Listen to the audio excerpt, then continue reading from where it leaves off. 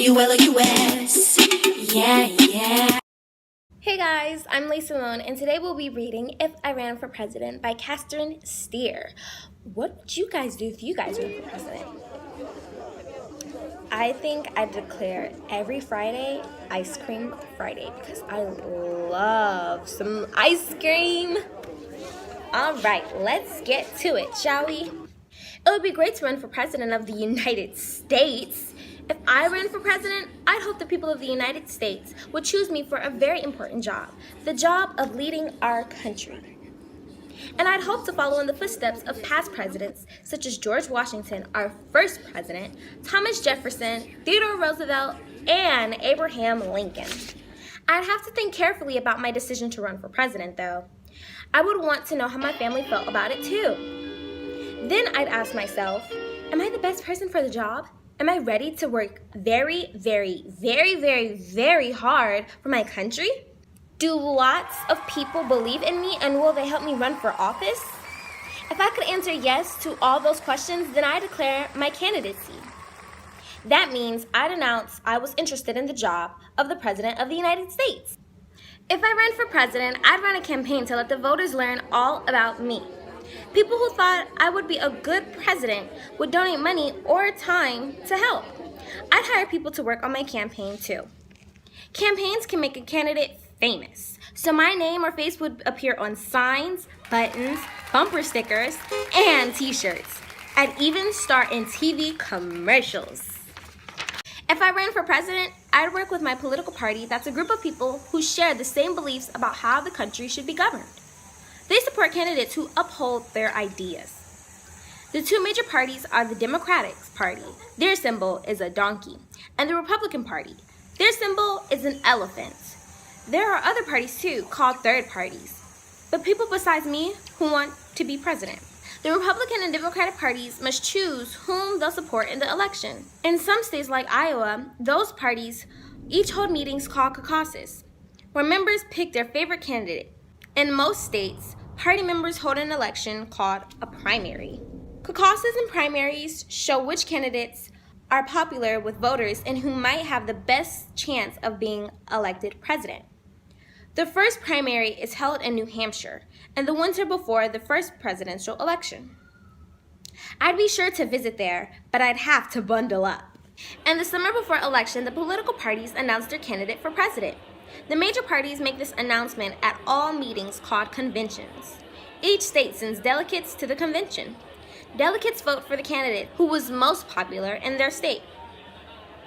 A convention looks like a big celebration full of cheering and chanting and balloons and confetti. Millions of Americans watch excitement on TV. By the time of the convention, everyone usually knows which candidate will be chosen, but the delegates still hold a vote. If my party chooses to run for me for president, I'd make a speech to get everyone excited about helping me win. I'd tell the American people about my platform, my plans and ideas for our country. My running mate would make a speech too. That's the person who'd be my vice president if I become president. If I ran for president, I'd be invited to debate with the presidential candidates. A person called a moderator would ask us questions. People across the country would listen carefully to our answers. Reporters would ask me questions too about my life, my family, and even my kitten, Sassy.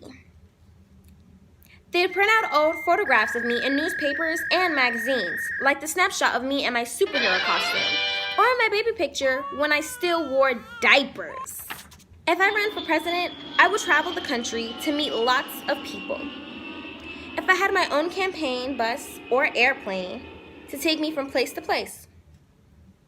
Inside, there'd be comfy seats, perfect for checking out the news, writing speeches, and thinking about how to solve the nation's problems.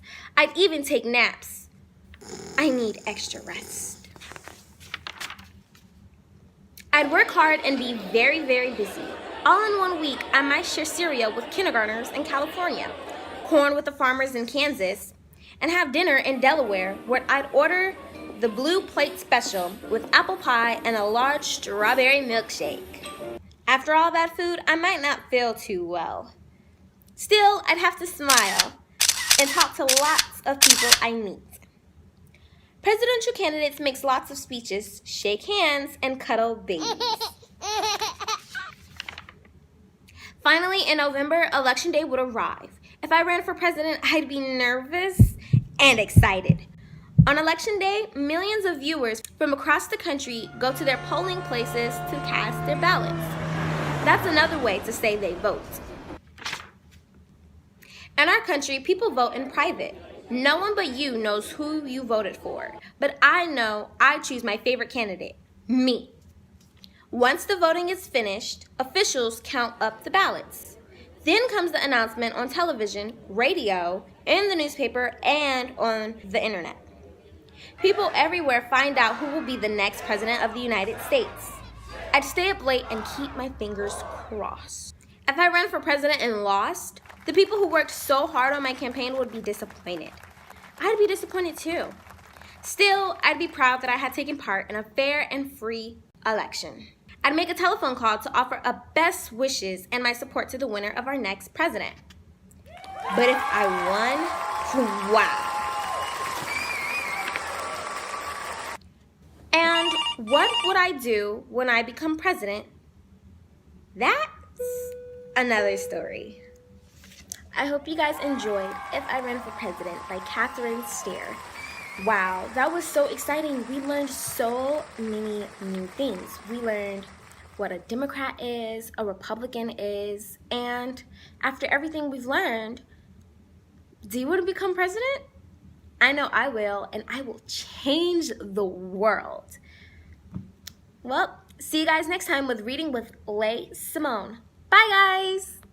Got to New York like a net on a jet to London, to Brazil, to